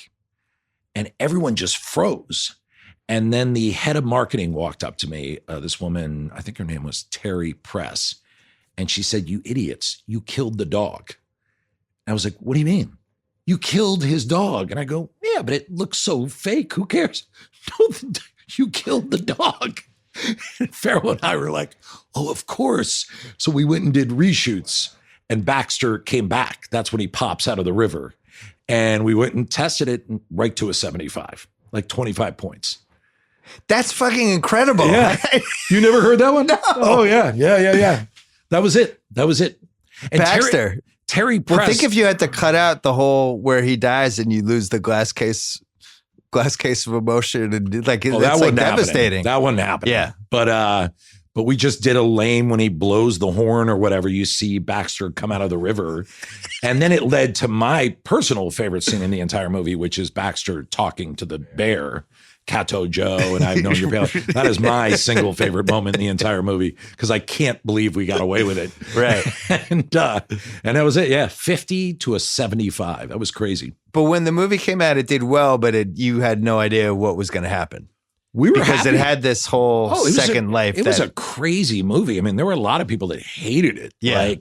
And so it came out, I think it made like 90 million, 85. Which Damn. This is back in like 2002, 2003. We were plenty happy. I think like the reviews were, like 68, 66%, somewhere around there, which once again, we were delighted. And that was it. But you didn't know it was going to become this iconic comedy, though. No idea. So we all moved on with our life. Yeah. We got into Talladega Nights. We were working on that. Yeah, it enabled you to do all these other things. And two things happened. One was my wife was driving around on Halloween and she called me and she's like, honey, you should know I've seen 7 people dressed as Ron Burgundy so far. I'm like, what are you talking about? She's like, listen to this. Ron Burgundy is like, hey-oh. You hear a voice in the distance like, stay classy. And I'm like, that's weird. And then the second thing was you. You actually wrote the column? You wrote a giant piece about, am I crazy or is this not the funniest movie ever? I remember that. And it was 0809. I did awards from it. It was incredible. And, people know. So that helped. So I always say it was like playing on cable and then your column. You were the very first person ever to go, there's something here. Yeah. I remember I loved the rewatchability of it. And it had so many quotes. I was like, this is perfect for my NBA awards gimmick. That was it. And I told my editor, and I think I had one editor who was like, what? You're using Anchorman quotes? And then the other one was like, yeah. And I was like, this is perfect. This is exactly where I want to be. And, but I honestly, because I had always done like big ass movies with the quotes. Like I had always done like Godfather and Top Gun. Like, but this was the first one that I kind of rolled the dice with. I was like, I just feel, this is pre-Twitter too. Yeah. I was like, I just feel like there has to be more than me. Way earlier. It was like, than 08. I'm going to say it was 08. I think it was like 03, 04. Because the movie came out in like 02, 03, right? And you were the first person to like talk about it. Because it seemed like it had, I don't know what channel it was on, but it was on for like 2 straight years. Yeah, I don't know if it was HBO or something, and then it was TBS or something, but it was on constantly, which is the best. It was just over. All right, here it is. We're going to find out the year, which was. I'm going to say, I can't read on my phone. I'm going to say, it came out 04. God, you made so many movies, you can't even remember. I was definitely way wrong. Like 4 years after because it felt like it had a kick to it. I don't think so, man. I think you were like 2 years after. It was soon. Maybe it was. By the way, 2. I'm probably wrong because I don't even know the release date of my own movie. But the best was Step Brothers. Because Step Brothers, we did kind of get bombed with our reviews. Like I think we got crappy reviews. Yeah. And we didn't care because we loved the movie and made a little bit of money. And Ferrell and I were just like, oh, well, that was a blast. And like 6 months later, I'm walking down a street in New York City and I hear 2 guys walk by me and one guy's going, have you seen that Step Brothers? No, you got to watch it. It's hilarious. And then like 2 hours later, I hear someone go, this house is a fucking prison. And then like 3 hours later, I hear like, we are a house of learned doctors. And I'm like, what is going on? And then that one took off. But that one really surprised us. We didn't see that one coming. The Step Brothers. Oh, not at all. I got to say, I didn't realize it for like 7 years. And I do this for a living and I'm supposed to know what people, but that one, it seemed like Kyle's generation and younger, that kind of became their movie. Well, and they drove it. And then the adults were kind of like, I'll give it a second whirl. And then it just took off. That was always our favorite. Like Will and I, that was the one that made us laugh the hardest. Even though we love Anchorman. We love Talladega. We love them all. But as far as just raw, like I would go home after shooting that movie for the day and I would be like, my muscles would be sore from laughing. Like that's all we did. We didn't give a shit. We were just like, the conversation I had with Will beforehand, I was like, Will, we have like a fart joke in this. These are like grown men living with, we're not going to get good reviews. And there's even a chance the box office isn't great. Are you okay with that? And Ferrell's like, yeah. And I was like, so am I. It just went ahead. Yeah. Well, wasn't it, it was you or him had the idea for the movie just from you thought it'd be funny if 2 grown men were in bunk beds? Yeah, that was it. And that was the entire premise. I was sitting around with Riley and Ferrell. We had all these different ideas. And I go, guys, I just keep thinking of you guys in bunk beds. I don't know what that is. And to their credit, there's something there. There's some meat on that bone. Yeah, that one had a long tail. I can't remember if you told me this or Ferrell did, but you feel like Anchorman 2 in like 2020, it's gonna circle back and have some sort of kick to it. We love that movie. We really love that. The problem is it's been on Epix for like 3-4 years. You need to get it on a different channel. I think the middle 45, 50 minutes of that movie is as good as anything we've ever done. And the other problem is it's a sequel, and just sequels, it's not as fresh. It doesn't crackle as much, but I have a couple of friends who really love it, but we'll see. We'll see. There's a couple sequels out there. I always thought Wayne's World 2 was pretty good.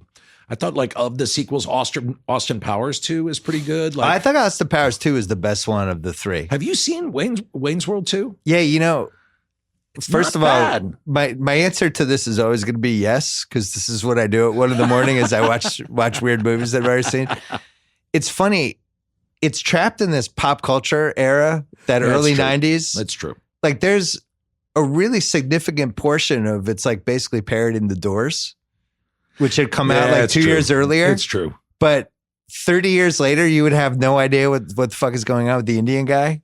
And that this is a whole Jim Morrison part, and then Jim Morrison's in it. And that all aside, my kids would be like, what? If I showed them my kids, they'd be like, what is going on? Forget everything you just said. It's still funny. It's pretty good. Yeah, it is. Pretty good. Well, you know why? Because Garth Algar was a comedic genius. Exactly. He has aged really nicely. Really well. Yeah. He's been one of the good ones. But that's it, man. As far as comedy sequels, that's a hard road to go. But yeah, we like Anchorman too. We really do. Did you know that Paul Rudd was going to have the career he had? Because when he was on Anchorman, he hadn't really... No, I think it hadn't really kind of snowballed for him yet. Wet Hot American Summer, I think, was one of his. Clueless. The first time I ever met him, I just thought, he's some handsome guy actor. And then we had the Anchorman script. No one would make it. And I got a call out of nowhere. And it's hey, it's Paul Rudd. And I was I'd met him once. I was oh, hey, Paul, I'm reading this Anchorman script and it's the best thing I've ever read. Will you meet me for coffee? No one would make it. Everyone had said no. And I met Rudd for coffee and he was this is the funniest thing I've ever read. And I was man, I'm sorry, no one will make it. He's well, if they ever do, please consider me. And then it actually, here's what's crazy. For that role, it came down to Rudd and Bob Odenkirk were the two for Fantana. Wow. And Odenkirk was so funny. He was killing us. And it was one of those almost coin flip things where we were we love Odenkirk, but Rudd, and then Rudd was crazy funny.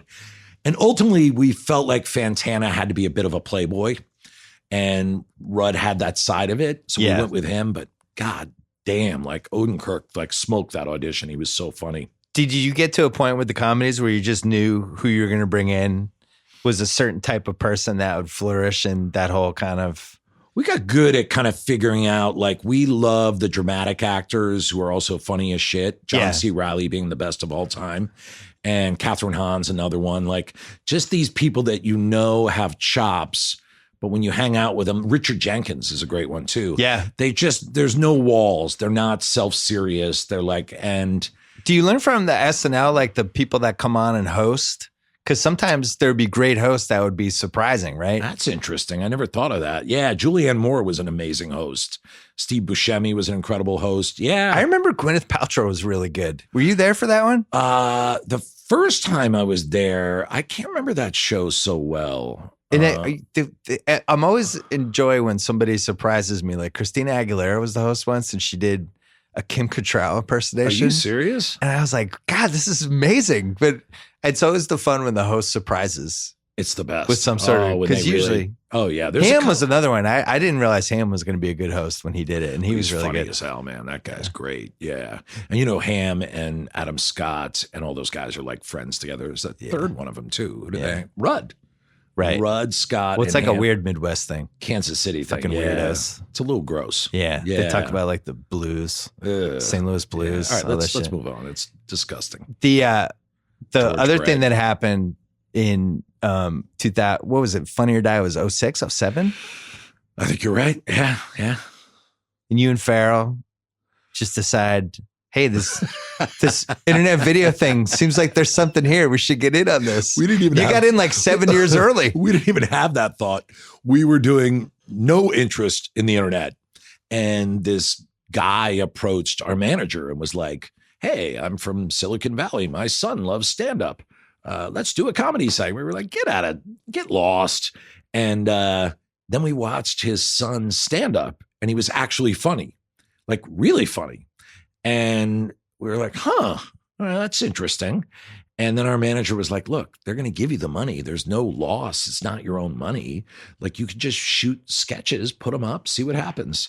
And then we kind of thought like, oh, this could be cool. Like Zach Galifianakis and Rudd and all our friends can do sketches. So I went over to Ferrell's house when he was having like a birthday party for his son. And I brought Pearl and I was like, hey, she'll say anything I say to her. Let's try this. And a friend of mine was like a masseuse who had a camera. And I was like, hey, Drew, come by and shoot this. And we did it in like 35 minutes. And we were like, all right, whatever. We weren't even laughing when we were doing it. We're like, that's great.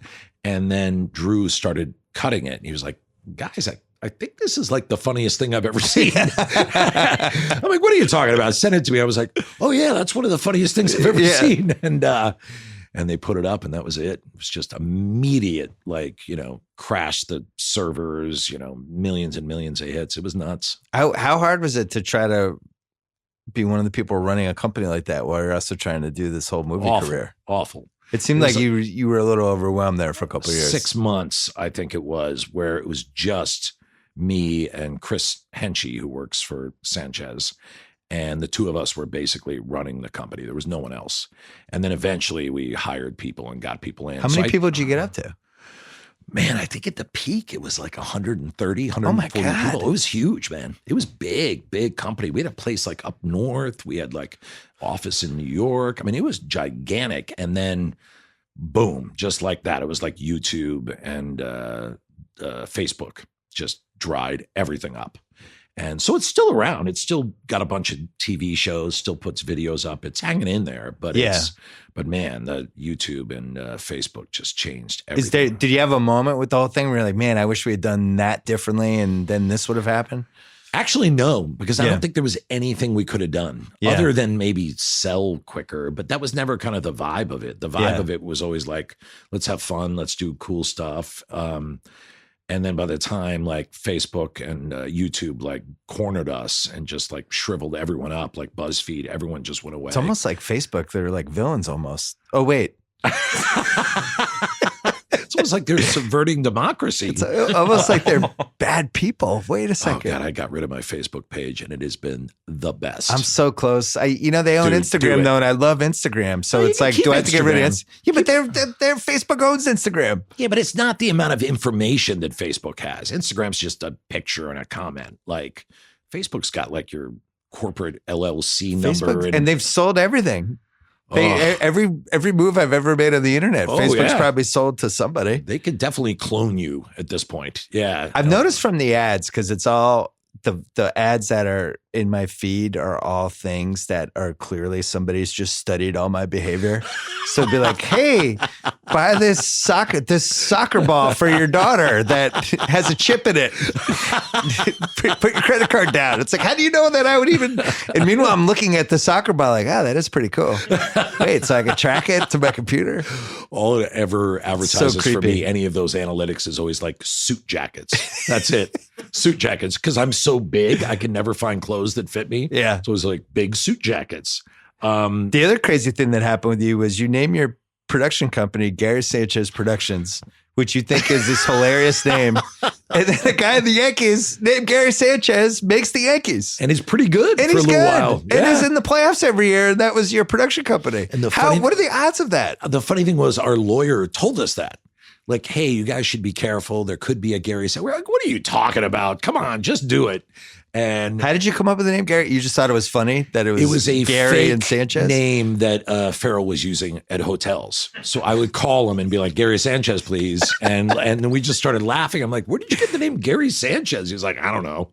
And I'm like, maybe that's the name of our company. And that was it. Yeah. It's a great name for a company. And then unfortunately, it's now the name of a Yankee starting catcher. We came up with the whole idea of like creating the mythology around him, that he was a place kicker for the Vikings and the Chiefs. He's from Paraguay. Oh yeah, I would have believed that. And he was the last barefoot kicker. Exactly. And did I ever tell you this? I did an interview with a Hollywood Reporter, and this was right after the company opened.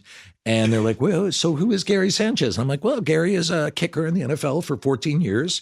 He was with the Buccaneers and the Vikings, made a lot of money, but now he lives in Paraguay. He's sort of an entrepreneur, does a lot of different things. Oh, interesting. And I thought the guy knew I was kidding. And then the next day, there was a big article in Hollywood Reporter, Gary Sanchez from Paraguay. And oh my God. they have to call him and tell him like, that's not true. And for like 2 years, Hollywood Reporter like hated us. Oh, after that. Jesus. Yeah, that is like a cardinal sin. It was bad. Yeah. That's still funny though. It was pretty good. So that was in print in the magazine? Oh, yeah. And we actually hired an actor to play Gary Sanchez. So there's like pictures of us with him. And yeah, it went pretty far. When did you know you wanted to make a drama? You know, I was never thinking drama. I was always just thinking, or like a more serious movie. Different. Because I was chasing a superhero movie for a while. This book called The Boys by Garth Ennis. That's kind of a rated R superhero thing. And I really wanted to make that and I couldn't get it made. And so I think we had come off like Anchorman 2. And my agent was like, you know, you've had a pretty good run, man. You haven't really missed on anything. You could probably try something crazy right now. What would you want to do? And I had read The Big Short a year before. And I was like, I read this book and wondered, why isn't anyone making it? And I was like, well, funny you should ask. And it turned out the script was stalled and they were happy to have me come in. And I think they were kind of humoring me a little bit. It was over at Paramount. But then like, I wrote that script that basically was the movie and they were like, this is kind of cool. But still, even then they were like, well, we don't know about casting. And then we sent it around in 1 week. We got yeses from like Christian Bale, Ryan Gosling, Brad Pitt. And they were like, I guess we're making it. So it was never seeking out anything that was, and even The Big Short has a lot of funny stuff in it. Yeah.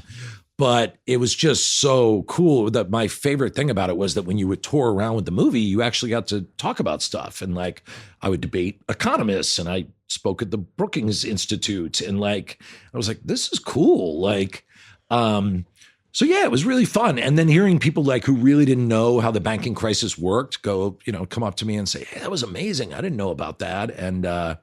And also it was so much more relaxed than comedies too. It was like, felt very European. We were in like New Orleans. We would end our days an hour early and just be like, I think that is sufficient. Like everything was just very laid back. So yeah, I loved it. And did you feel weird about directing somebody like Christian Bale, who's one of the 3 or 4 best actors we have? He's one of the guys I was most nervous about. I had no problem with how do you give somebody like that notes? I mean, Pitt, Ryan Gosling, Carell, no problem. They're all like guys you would hang out. But Bale, I was like, what do I do? And so I just talked to him beforehand. I said, look, I like to yell notes out or I'll have a microphone. Is that okay with you? And he's like, yeah. And so I just checked with him on everything. I just said, is it okay if after 4 or 5 takes I come over and talk to you here? And he was like, yeah. And then by the end of the movie, we were like, this guy's the greatest guy ever. And then I finally got up the nerve to do a bit with him. And it was like our second or third last day. There's this big moment where Michael Burry, the character he plays, writes on a chalkboard plus 1,290% for his fun. Like everyone's been wrong. He was the only one who was right. He lost everything plus 1,290%. And he walks away and it's dark in the office. It's a big, big moment. So we did it like 5 times and it was perfect. He was amazing. And I walked up to him. I was like, you know, it's good, Christian, but I had one, forget it. And of course he bites on it. He goes, no, what? I'm like, what if you just kind of turned the camera and just kissed your fingers and did a peace sign, like peace out. And there was like a long pause. And Christian's like, I don't know if that's really what my character would do. And I was like, I'm fucking with you. And he's like, oh. And then from that point on, all he did was bits with me. It turned out he loved it. Oh, that's hilarious. And on Vice too. Like he just bits all day long, joking around. He's like a goofball. Yeah. Yeah. I think we feel like the famous actors aren't normal people. Yeah. But they're all normal people. They all have to pee and take dumps and eat food. And it's not like they're alien species. No, he's actually a sweetheart, like crazy about his family, goofball. I think the only class of actor you got to worry about a little bit is like that 68-year-old male actor. I've been... The older male actors can be tough. Like the Gene Hackman types, Tommy Lee Jones, like they scare the crap out of me. The only guy that didn't scare me was Richard Jenkins, which is part of the reason we cast him. And also, he's awesome. But he's the only one who's not like a little crazy. Or Dustin Hoffman's a nice guy, too. He's apparently. So you just won't hire anybody over 65. It sounds like a good plan. Yeah, They might go at you. I'm trying to think if it's okay to say this. You're not directing Equalizer 3. You don't want to mess with Denzel. Adam McKay will never hire the elderly. Yeah, I'm good with that. You can put that out into the public. No, the sad thing is older male actors are the funniest when you get the right actor, like a Fred Willard. I could totally see how they would be completely intimidating, though. Like, how do you tell Al Pacino what to do in a scene at this point? Apparently, he's a good guy, too. I've heard he's cool. Will you please I had him on a podcast. Oh, did you really? I don't think he knew it was happening for about 20 minutes. I think he thought we were like, he was like, once he realized what it was, I could see the light bulb go off, and then he started telling stories. But I don't think he totally got it. I've heard I should have explained it better. I've heard his stories were amazing. Will you please do, by the way, I've told you this before, the greatest single thing you've ever done in your entire career is the Charles Oakley podcast. Oh, thank you. You know that, right? Well, it was in all your bones. Oakley. In your bones, you know that. It was 1% me and 99% Oakley. He was just waiting for the right podcast proxy. Forget the percentages. And then I love like 2 months after that, I hear that like he slapped a guy at a blackjack table or something. I was like, please do everything you can. Will you do 1 week or like a month of podcasts with people that scare me? That would be, I mean, the best thing with Oakley was, you got to be a little scared, right? well, but I think I had written about him once and he liked it. So I felt like I was in with him, but you still never know. And you never know, like, well, one question, what happens if Oakley doesn't like something and now he's just stink-eyeing me? What do I do? Because I had these two guys in the room. I was in the other room. Was it right here in this I room? was in the other room. No, it was in Cleveland. Who would be the month of people that scare you? You got to do 4 of them. I'm with you. I think older people, the older set in their way actors. Tommy Lee Jones would be rough. Yeah. Well, I had Kurt Russell, who was great. Yeah. And he came in, it was like 10 in the morning, just wearing a leather jacket, looked like Kurt Russell, just had a Marlboro Red outside. And I was like, oh, this could be, but he was great. But yeah, the older guys, they probably look at all this stuff. Like, who the fuck are you? It. You won't know who's going to walk in the room. Just a week of you booking. Honest to God, the 4 scariest people. I met Vinnie Jones. Is that his name? The soccer player? Yeah. He was scary. He was not cool. It was like, I don't mean to say Jones. not cool, Vinny. I'm sorry. You're awesome. You're amazing. It was a little scary. Let me book a month for you, people that will scare Bill Simmons. Well, we had Gucci Mane was on, who's had some issues in his life. He loved us. Are you serious? Yeah. And by the end of it, he wanted to take me to a strip place in Atlanta. Can't remember the name of it, but yeah, he was. Oh my God. I can usually win those That's people good. over. That's good. So how long did you work on Vice? Vice. How many years was this? How many was a years of your long life? one. Vice was definitely deep end. It was, the research for it was crazy. I made the incredibly dumb decision not to just buy a book. Right.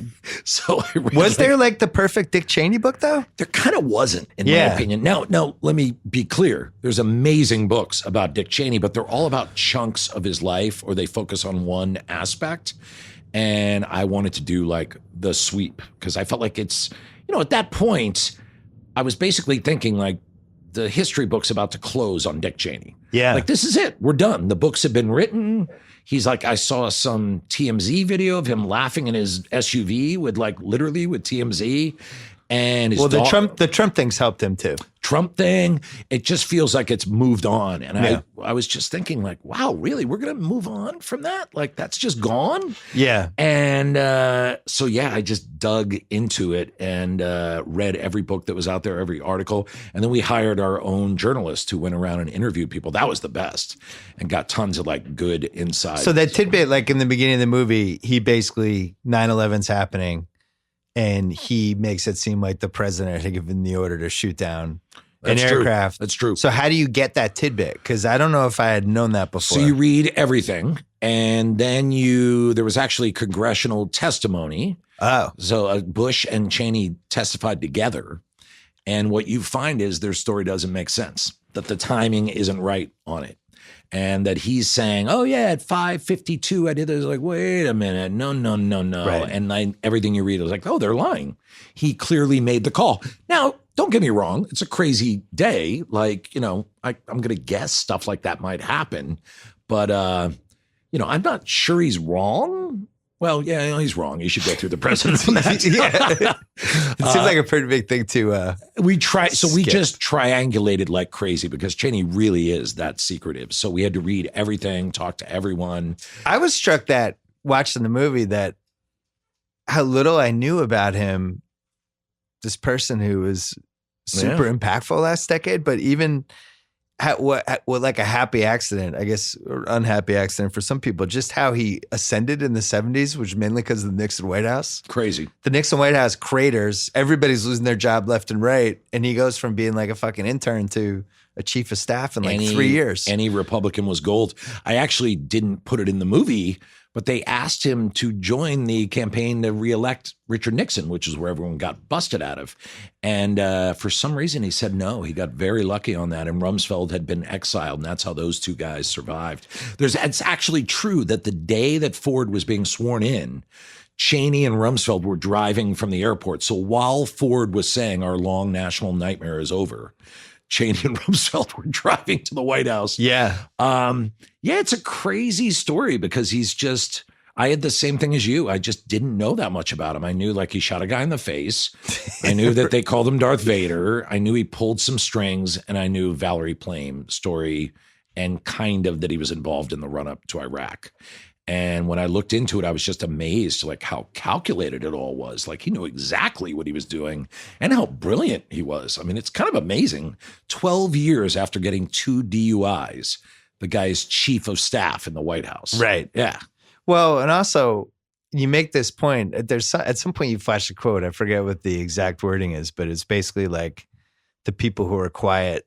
Yeah. Those are the ones you got to watch out for. And I was thinking like, that is a move. And I'm old enough now that I've dealt with different type of bosses and different people going back to ESPN or whatever. But the quiet people who you never kind of know what they're thinking, those are always like the dangerous ones. Oh, yeah. They keep it close to the vest, and they might be killing you in private or doing whatever. You'll never know. It's definitely like if you're playing the game, the move is to be quiet. And Belichick says fucking nothing. Nothing. There's an interview with Douglas Feith, who worked with Cheney, and he actually said, like, when you talk to Cheney, in the beginning, your voice is about this octave. And by the end, your voice just keeps going up and up and up because he gives you nothing. You're trying to make up for the lost energy. And you're like filling in for the gap. And he said, I start here, and by the end, I'm kind of up here going, so anyway, we're going to do that. And like, this is one of his guys saying this. And his whole game is, I mean, Lynn Cheney actually said, if you want to understand my husband, you have to know one thing. He's a fisherman. So that's his whole game is like patience, wait at the bend of the river. If it ain't happening, that's okay. Like he's fine with like pulling back and waiting a year, like, and just detail. Yeah, he's incredible figure, man. I mean, you really could argue he changed America and the world as much as anyone in the last 30, 40 years. It's nuts. Well, and then you think you're doing a movie about this guy who you clearly probably don't like that much. I would say it's safe to say. Well, but you're trying to make him a human being. A human being, which, you know, my rule of the movie is if you're making a movie about anybody, I'm going to start rooting for them at some point during the movie. Because I just watched Escape at Dannemora. Which I hear is great. Yeah, it's good. Yeah. It really is. But it's long, but it's worth it. And these were horrible guys. And by the end of it, I'm like, no, so don't stay in the cabin. You got to get out. I'm like rooting for them to escape. And they're horrible. They would have gone and killed people if they had escaped. But it's just something about the movies, TV, they suck you in. And it's the same thing with Vice. Like about half of them, I'm like, Dick Cheney. Paul Thomas Anderson came to a screening and he's like, why do you have me rooting for Cheney and Rumsfeld to destroy democracy during the 4 years? Like, I'm kind of cheering them on. And like, Yeah. Well, I mean, It was the biggest criticism for the movie, right? That Cheney was too sympathetic. Some people thought that we humanized him too much. My feeling was that if you don't humanize him, it's a waste of time. I mean, well, then you turn him into like Hannibal Lecter. Exactly. Like you might as well put a fucking metal mask on him and wheel him into 9/11 meetings. Which I would watch that movie as well, by the way. But also what we found was that he was a regular schmo when he was in Wyoming. His brother and sister, the brother's like a plumber. And everyone in Casper, we interviewed people, said whoever Lynn Cheney would have chosen as her husband would have been president or vice president. I mean, in a weird way, the story is kind of hers. Yeah. It really is. Like, but she gives in the speech in the beginning. She's like, I've chosen you. She's a badass. You're letting me down. My friend of mine got called by her like about 20 years ago about something. He said, I have never been yelled at by another grown-up like I was just yelled at by Lynn Cheney. Like, she's tough, man, and whip smart. So, yeah, the fact that he started as a regular guy, like the kind of movie I used for the comparison was Sid and Nancy. Yeah. That I felt like, Sid was just a That's interesting. Goofball bass player, and he met Nancy and he loved her, but she happened to be a junkie. So if you're going to date a junkie, let's get into it. And was Bale like on the set? He's just doing this on his. Does he stay like that 24 hours a day, or can he snap in and out of it? He's pretty cool with it, and so is Amy and Sam Rockwell. They all kind of do it. What they do is they keep the voice, they keep the physicality, but you can talk to them as themselves. So he'd never say, call me Dick Cheney. So he'd be like, how you doing, Adam? Pretty good. Yeah. The kids just dropped him off at school. So he would talk to you like Christian Bale. And actors are fucking weird. Like it's to be able to do that is really strange. I really respect it. Like I don't understand how anybody can do that. I might ask people to call me the character. Like I'm probably such a bad actor. Yeah. That I would have to be like, you got to call me the character. Yeah. I have to stay in it. Yeah. So, and he put on the weight, he did all that stuff. I mean, it's crazy. He really, when I heard he was playing Dick Cheney, I was like, that's ridiculous. Like that, I can't see it. And then you watch the movie, it's like, oh, yeah. First day that it all clicked, we had this Academy Award winning makeup guy, Greg Canham, and we worked it. He was putting on the weight. He was working on the character. First day that it clicked, where he's in the suit, the makeup's right. He's got all the moves and the psychology figured out. He goes, hey, Adam, check it out. I figured out the walk. And he walks down the hallway and he does the Cheney walk. And I'm no exaggeration, I get goosebumps up and down my arms. And I was just like, jokingly, I was like, you're not playing him, you're summoning him. Dick Cheney is now in the room. And the whole movie, it was like that. He would walk by you and it felt like Dick Cheney. It was eerie. It was crazy. So I like getting people after the movie comes out because now you've done the circuit already. I feel like you've come out of it. The movie's come out. Yeah, I've got no canned stories about anymore. it. Yeah. What out of the feedback, has there been one thing that surprised you? Oh, yeah.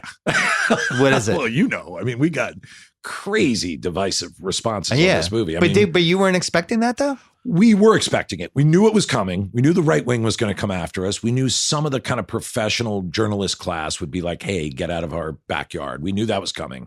But I didn't expect it to be that strong on both sides. I mean, there are reviews that are like, this is the greatest movie ever. And there are reviews literally like, this is the worst movie I've ever seen. I've never experienced it that strong before. Usually like, hey, we love it. It's okay. Couple bad ones. But this one is either I love this. This is the most, like we just won some film festival yesterday, the Capri Film Festival, in the midst of me being told that we got another terrible review. Like, so the whole process has kind of been like this, where it's like, horrible review, great review, email from a friend I respect saying that's the most amazing thing I've ever heard, to turn on the radio, guy hates it. And we did expect divisiveness, but I didn't know it'd be at this level. At the same time, you kind of like that, though. I kind of love it, to be honest. I mean, that was like Anchorman 2. You love that people either were all in or they were mad about it, and that was it. We did a show in Chicago called Pinata Full of Bees at Second City that among Second City heads, they all know about it. And it was a very unusual show. We broke a lot of their forms. And there were people that loved it and hated it. And it was the first show, Second City main stage, in like 20 or 30 years that got no local theater award nominations. None. Like all the people in town who saw it were like, no. But of all the things I did in Chicago, that's the one people still talk about and stuff. So it feels really appropriate. And of course, the Europeans love it. Like we've been showing it in the UK and they go crazy for it. But no, I think it's good. As long as it keeps motoring. The only fear you have is that it just kind of goes away. But it's not. It's still out there. There's still these for award season, I have no feel for what's going to happen with it. None at all. Because you did pretty well at the Globes, right? Yeah, we got like a ton of nominations, like 6. And then we got a bunch for Critics' Choice, like 8, I think. Yeah. And it's the wild card of this Oscars. It is a wild card. I mean, I would think at the least, man, you got to acknowledge these crazy performances. I mean, Christian and Amy Adams are like next level. And that score is pretty incredible. And the makeup too. So I would hope at least that would get junked. But, you know, awards, you never know. And it is such a crazy, fiery, you know, cleaver splitting kind of movie. We'll see what happens. But yeah, it's been a bucking bronco. I was laughing with a friend the other day. I was like, I think the last time I was on a bucking bronco like this was Step Brothers, but I didn't care.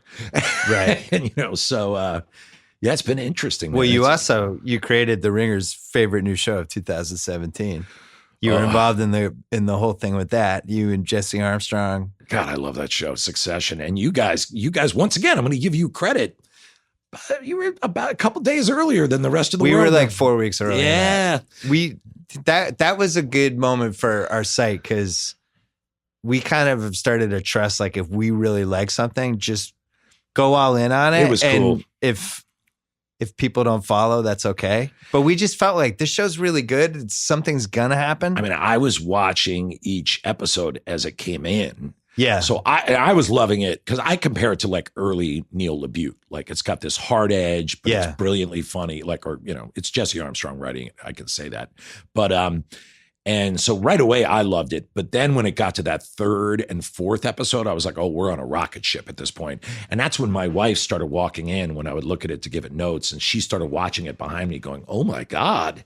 And the 3rd episode's the key. And I think that was one of the reasons the reviewers got thrown off. Yeah. Because they'll watch the first 2. It also didn't have my biggest issue when I watched the pilot. I was like, oh man, I just wish, what's the Jeremy Strong character's name? Kendall. I was like, man, I just wish there was a more famous actor for Kendall. I just wish that was a better part. And then by episode 7, I'm like, I fucking love Jeremy Strong. See, that was part of the key to the show. We knew that Jeremy Strong is one of the best actors on the planet. Like we were confident in that. So that scene where he goes in the bathroom and freaks out is like one of my favorite scenes. There are a couple scenes in there when he confronts his dad in the dining room too. I was like, I think that's one of the best scenes I've ever shot. Like, oh, how many did you direct? Just the pilot, which is the funnest because you get to cast. No, the funnest was the look. The funnest was the bachelor party episode. Oh no, not the funnest episode. I'm just saying the funnest of the hour of my life. Oh, the bachelor party's the best. But to make it the pilot, you get to cast it. You get to that's set great. the look. I mean, it was fantastic. Bachelor party. Oh my God. Well, what was the one second to last? They're all good.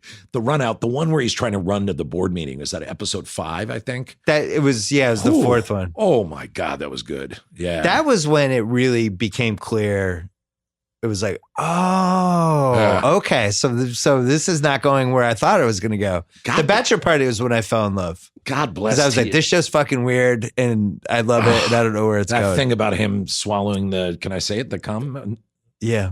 She spat it in my mouth. Yeah. I don't know how dirty it was. Hot. It was hot. It was hot. It was hot. And then eventually by the end, even he knows it wasn't. Yeah. Well, you also, were you involved in casting the sister? Oh, yeah. Because that's the key role of the show. Everything. Yeah. We were Francine Maisler. We went through every character. It was incredible. She's fantastic. Amazing. What happens with her career-wise? So could she be like Julianne Moore?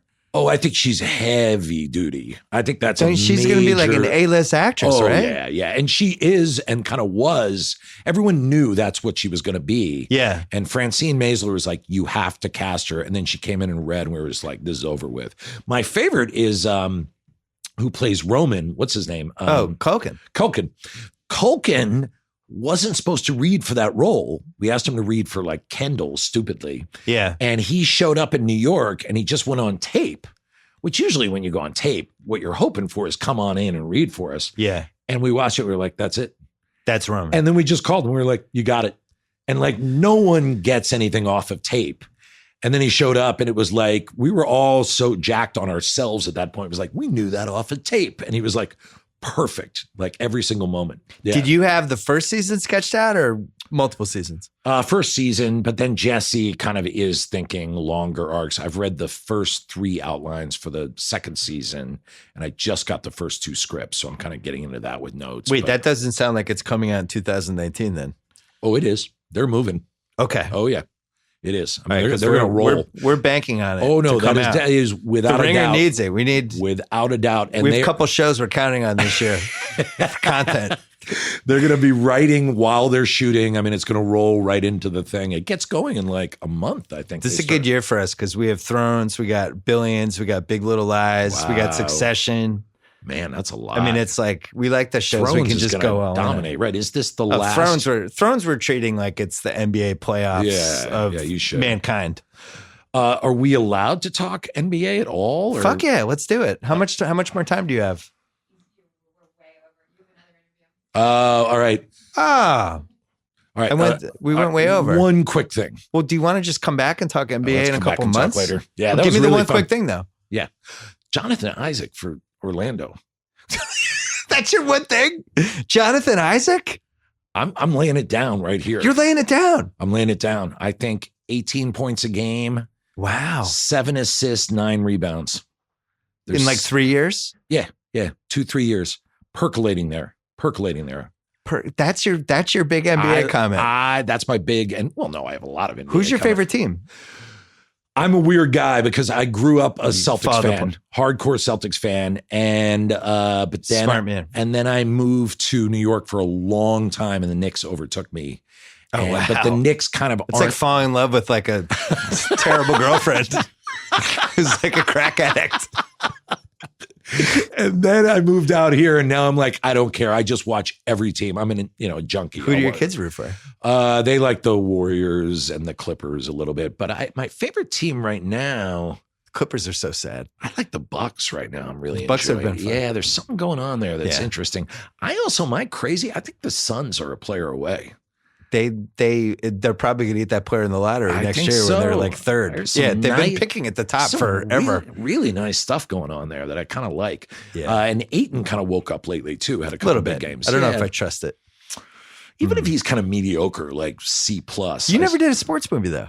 Bringing it full circle. No, I was dying to. I wanted to do. They did that semi-pro, and I just didn't think that was the one. And I will.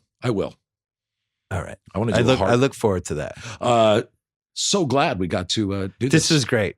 Good luck. Good luck in awards season. I know you mostly do commercials because you guys, I guess, get paid for them. Can I do one real quick? Yeah, do one. Yeah. Burger King, only $1.99 for 10 nugget pack. That's right, Burger King, $1.99 with a drink for 99 cents at your local Burger King. Thanks, Bill. Amazing. Bill, that's Amazing. classy. Let me do that. That was great. I appreciate that. Yeah, I would have given you a real read to do. Adam, good luck with the movie. Thank you. Thank you so much, All right. man. Great to see you. All right. Thanks to ZipRecruiter. Don't forget to go to ziprecruiter.com/BS. Thanks to Adam McKay. Thanks to Sean Fennessey. Thanks to the Ringer.com Ringer Podcast Network. Thanks to New York Times Crossword. If you're looking for a smart way to unwind, play the New York Times mini crossword, a fun, relaxing way to stay sharp. Enjoy a quick battle of wits with yourself or challenge a friend. In about 2 minutes, you'll experience the satisfaction of solving the mini puzzle, wordplay, every day. Download the New York Times Crossword app at newyorktimes.com/mini. Coming back to you on Thursday with a big ass podcast, football, basketball, a whole bunch of stuff. Until then.